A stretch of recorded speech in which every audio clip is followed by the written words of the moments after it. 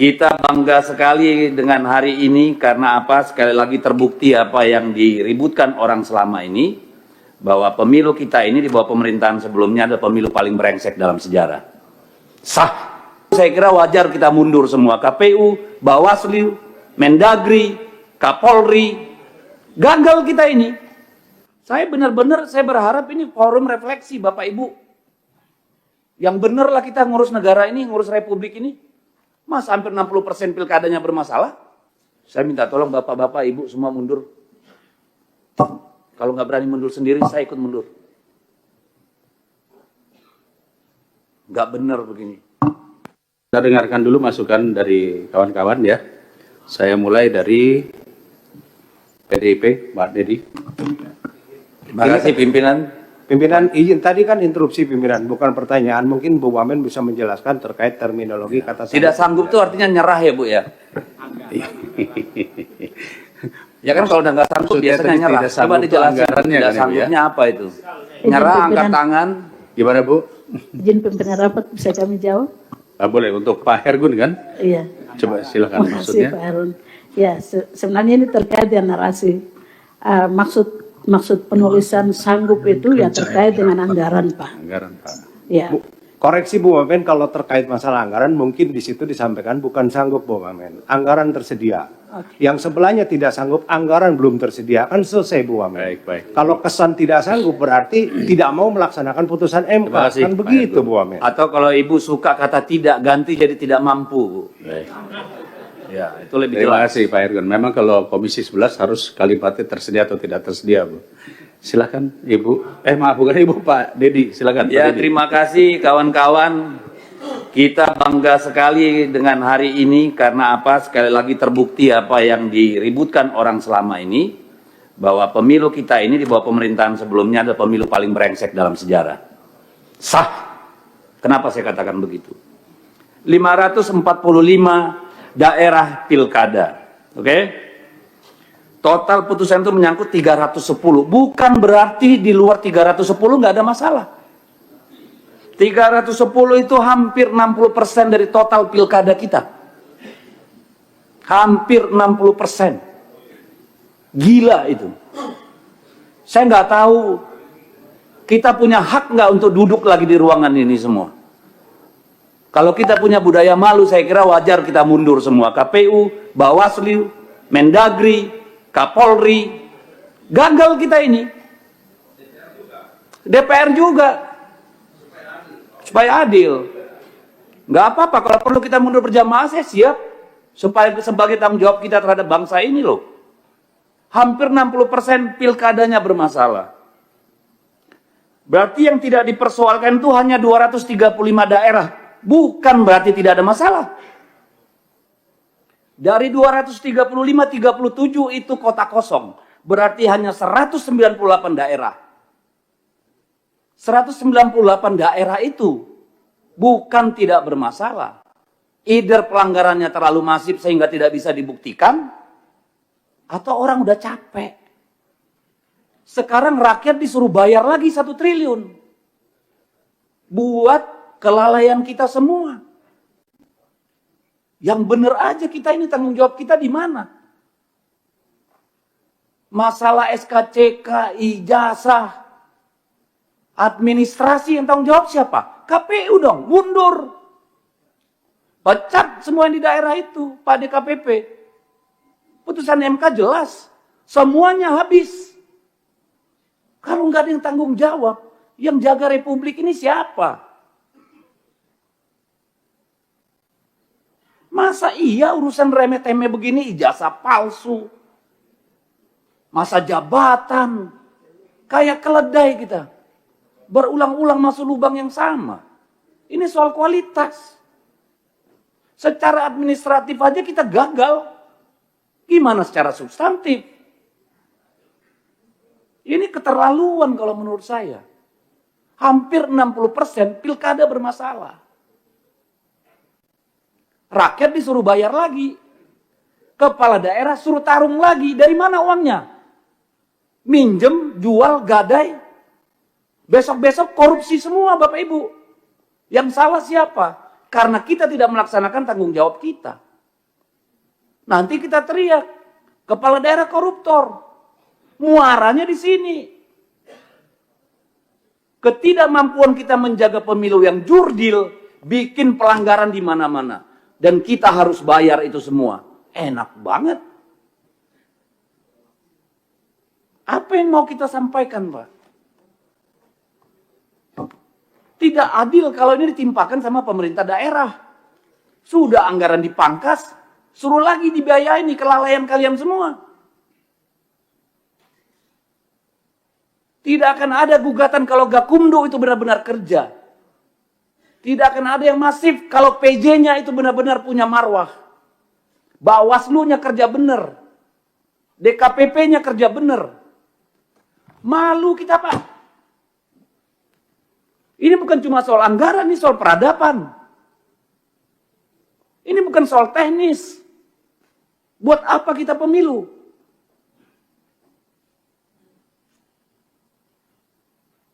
Jadi kalau Pak Ketua KPU nggak merasa bersalah, Pak, nggak tahu lagi saya, Pak.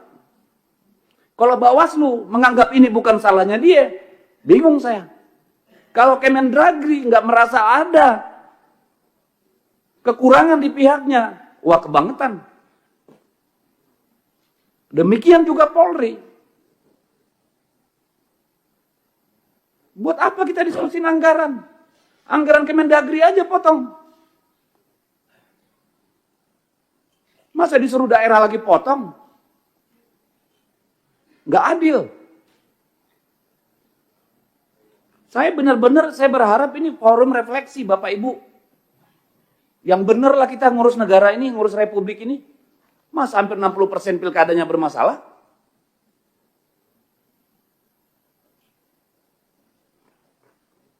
Kapan kita mau jujur, Pak? Saya tanya ini Pak Bawaslu, KPU, dan Pak Kementerian Dalam Negeri.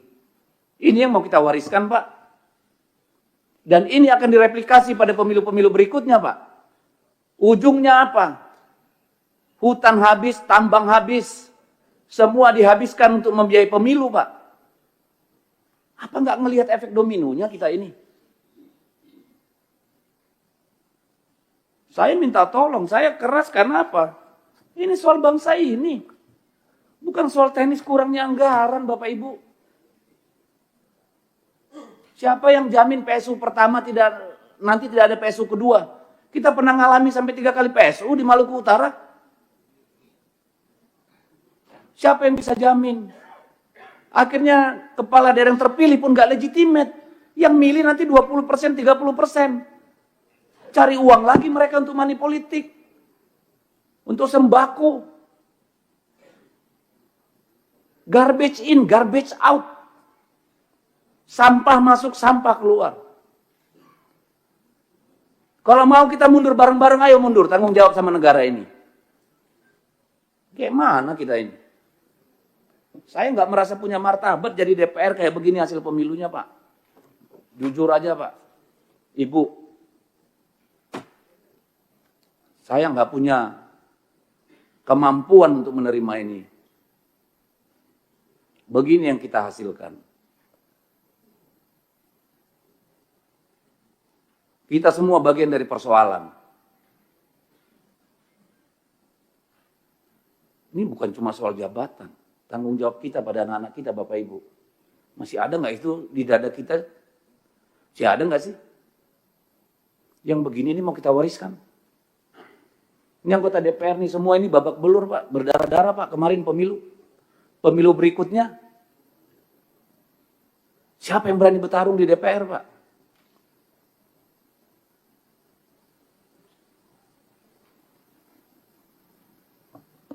Saya habis kata, pimpinan, ini menyedihkan.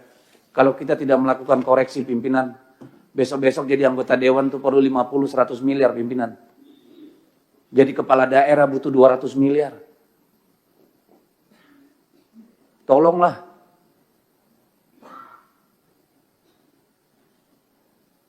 Saya minta tolong. Saya minta tolong bapak-bapak, ibu semua mundur. Kalau nggak berani mundur sendiri, saya ikut mundur. Nggak benar. Assalamualaikum warahmatullahi wabarakatuh. Kali ini saya mau bicara tentang salah satu politik yang saya kira masih cukup happening dan menjadi pergunjingan publik yang tidak berkesudahan, yaitu soal kemungkinan Jokowi mendirikan partai politik baru.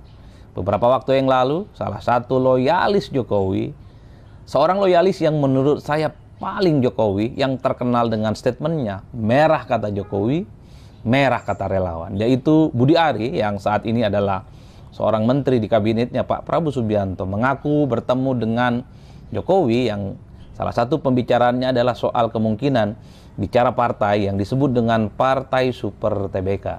Itulah yang kemudian menebalkan bahwa Jokowi ingin mendirikan partai politik baru itu bukan hanya sebatas isapan jempol, tapi adalah sebagai salah satu bentuk keseriusan bahwa di masa-masa yang akan datang bukan tidak mungkin partai super terbuka ini akan menjelma sebagai sebuah partai politik yang pastinya akan dijadikan sebagai instrumen kendaraan politik bagi Jokowi, entah untuk menyampaikan gagasan ataupun sebagai kendaraan politik untuk menghadapi pertarungan politik di masa-masa yang akan datang. Jadi dalam konteks itulah menurut saya penting untuk ikut nimbrung bicara. Satu hal, suka tidak suka, di negara kita ini segala perjuangan politik apapun, memang salah satu instrumen pentingnya adalah partai politik. Ide, gagasan, visi misi, dan narasi besar melalui partai politik kemudian akan tersampaikan dengan baik. Baik perjuangan melalui partai politik yang secara formal ataupun keberpihakannya kepada rakyat. Mari kita cek satu persatu. Begitu banyak partai politik di negara kita ini yang sebenarnya adalah personifikasi, adalah replika dari politik seseorang yang dinilai ketokohan dan kefigurannya di atas rata-rata. Mari kita cek misalnya soal PDIP. Suka tidak suka, PDIP itu adalah replika politik dari Megawati Soekarno Putri sebagai ketua umum partai. Ide-ide yang terkait dengan marhainisme, ide-ide yang terkait dengan bagaimana memperjuangkan rakyat di bawah, itu murni sebagai sebuah gagasan yang memang sejak awal selalu disampaikan oleh Megawati. Jadi tidak mengherankan ketika PDIP muncul sebagai partai politik, ide dan narasi besarnya adalah bagaimana berpihak kepada wong cilik, meski pada saat yang bersamaan misalnya ketika PDIP berkuasa mungkin 1, 2 dan mungkin juga banyak kebijakan-kebijakan yang dinilai tidak pro terhadap wong cilik, tapi sebagai sebuah gagasan dan narasi besar kita tahu PDIP itu adalah sangat identik dengan Megawati. Begitupun dengan Gerindra yang saya kira ini adalah duplikat dari Prabowo Subianto. Kalau kita rajin mengulik satu persatu, gagasan Prabowo Subianto, narasi-narasi besar Prabowo Subianto persis sama dengan visi misi yang ada di Partai Gerindra.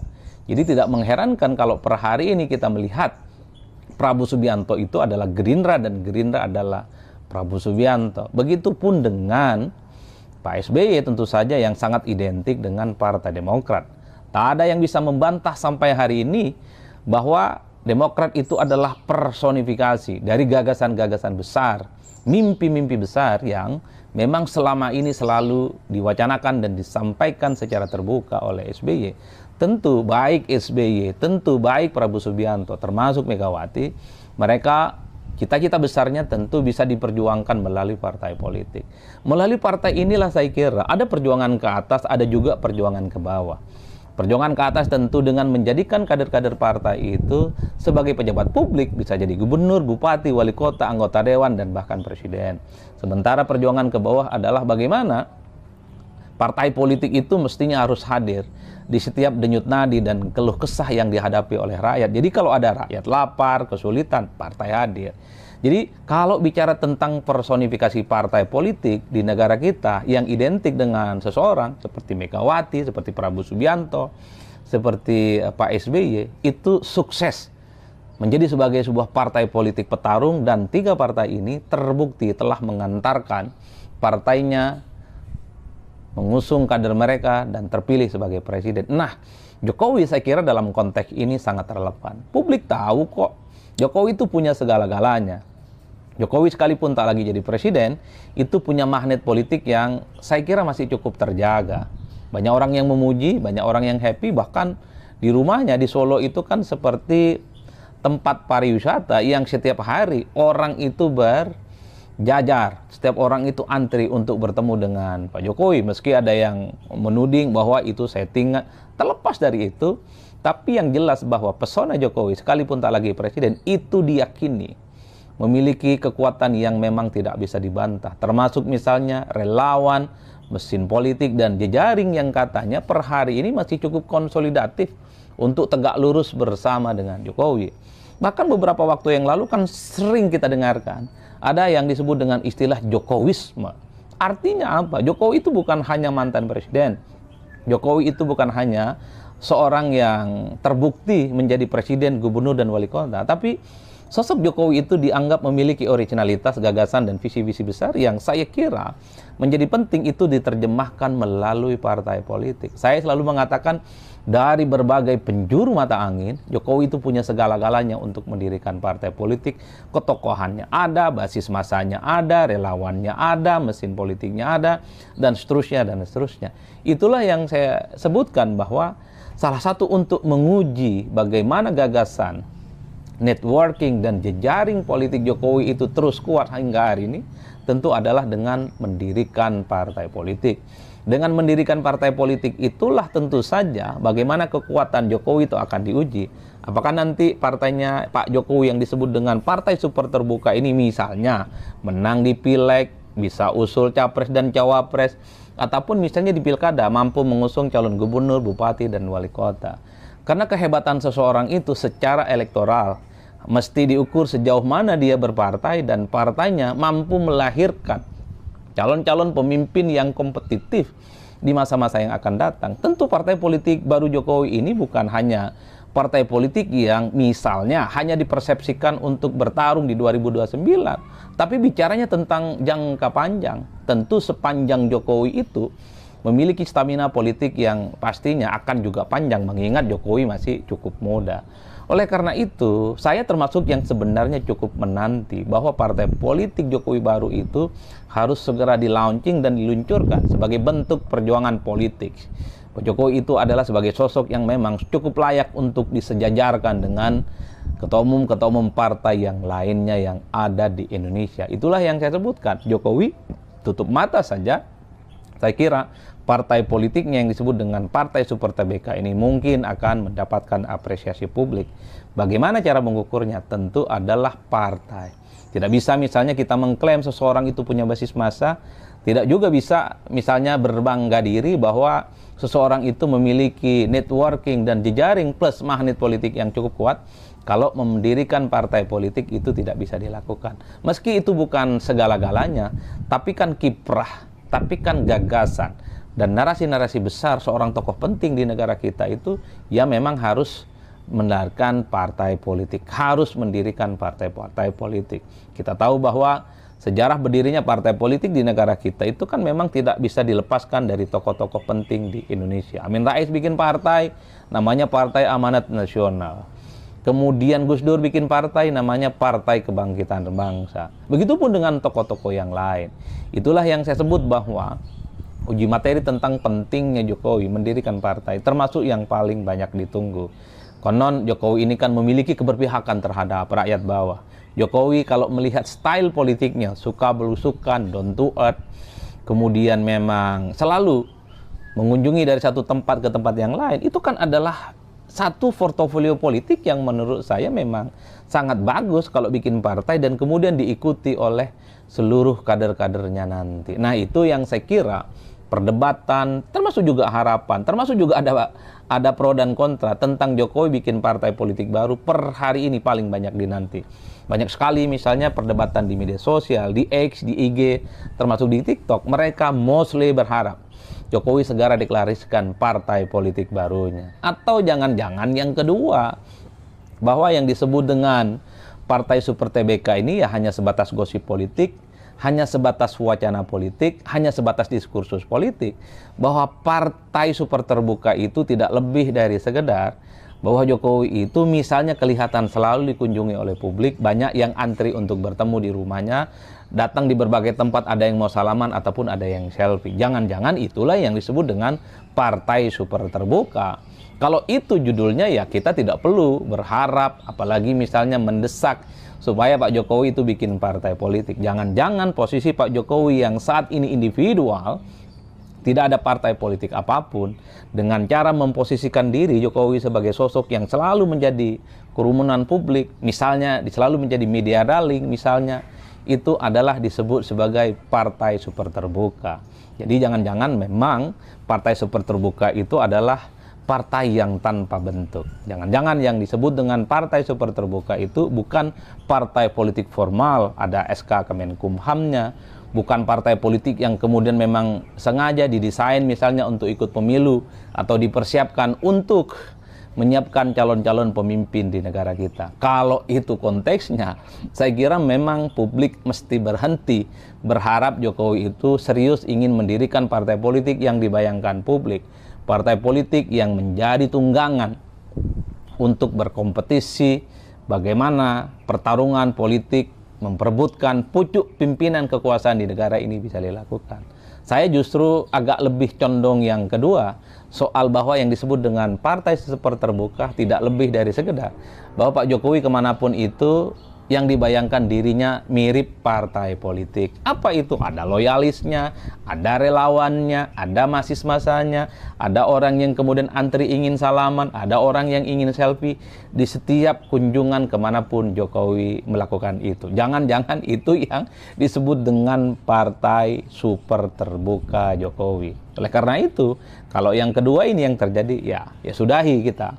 Nggak perlu lagi misalnya kita mengatakan menunggu partai politik Jokowi. Saya kira di situ salam politik Seun pastinya mantap, semantap-mantapnya.